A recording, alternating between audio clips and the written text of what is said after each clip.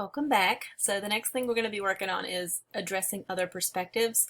One of the main main things to think about is building personal credibility and being fair-minded. And part of creating an academic argument, one of the key things that makes it an academic argument versus a popular argument is addressing other perspectives fairly, getting at the whole thing, not leaving anything out.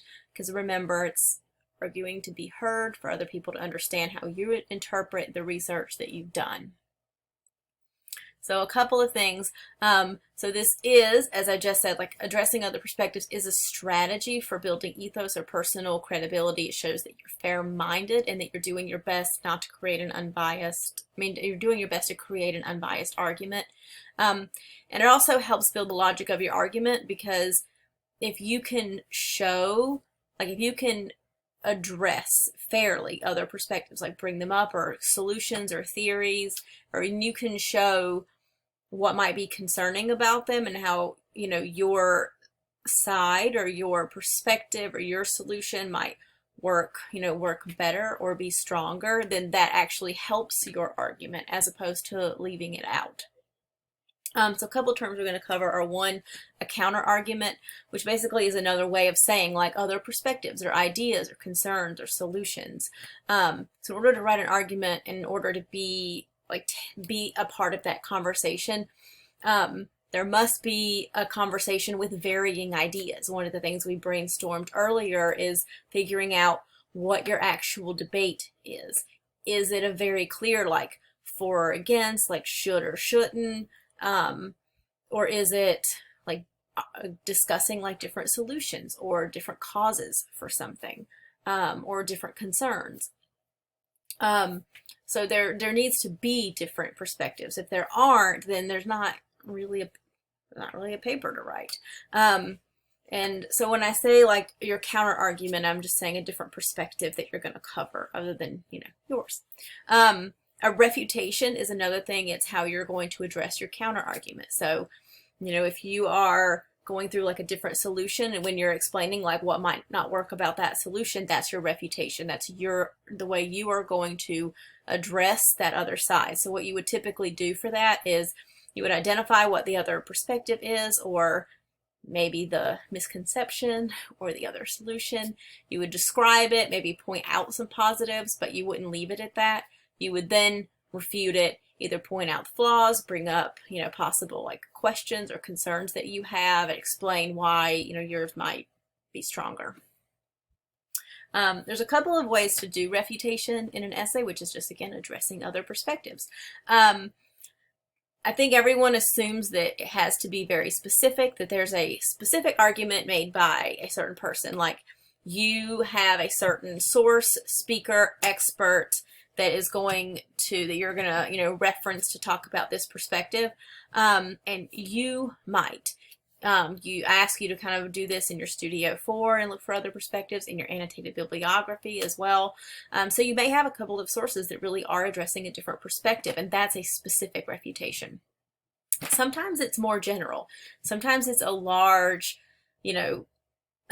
more general, some argue that, when you're talking about a particular a misconception, then you can attribute this misconception to a whole lot of people. There's not really a specific set group that's really definable. And the main thing to think about really is just that it's obvious, I think, for people when they have this kind of specific refutation. But I've noticed a lot of times people will have done this general refutation that's, again, more like a broad spread, or kind of a vague or abstract, something that they've heard, or they know a lot of people believe, but it's not really a specific source talking about it.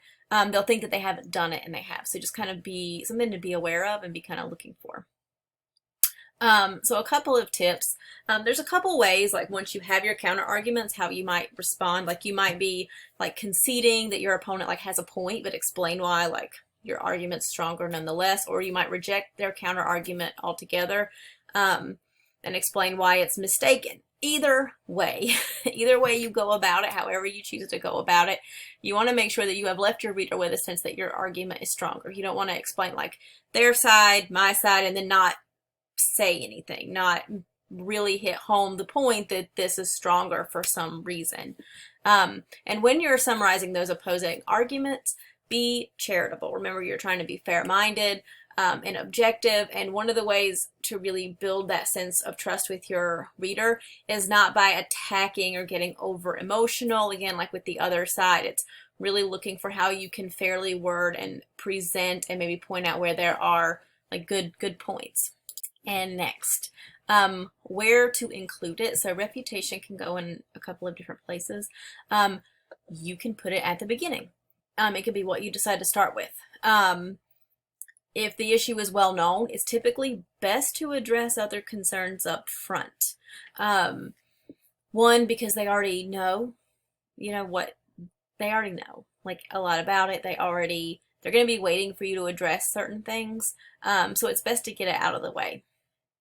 You can do it at the end. If the issue isn't well known, it's perfectly fine to address like an opposing perspective or solution, at the end. You have the complete refutation again, which you already talked about, where like your entire argument is like resting on like refuting or exposing like a problem or a way of thinking. So clearing up misconceptions again is the basis for how you're going to be organizing that essay. The one that sounds the trickiest is a partial refutation. It's really not super tricky.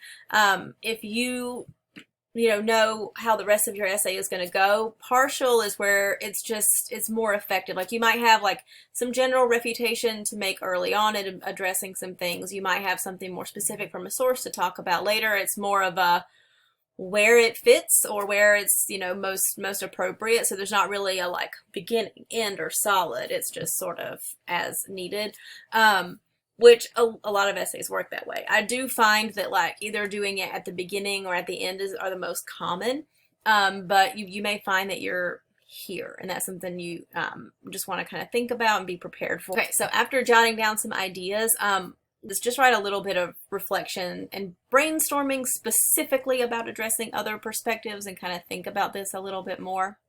All right, let me get back there. So what other perspectives will you address? What other counter arguments will you address?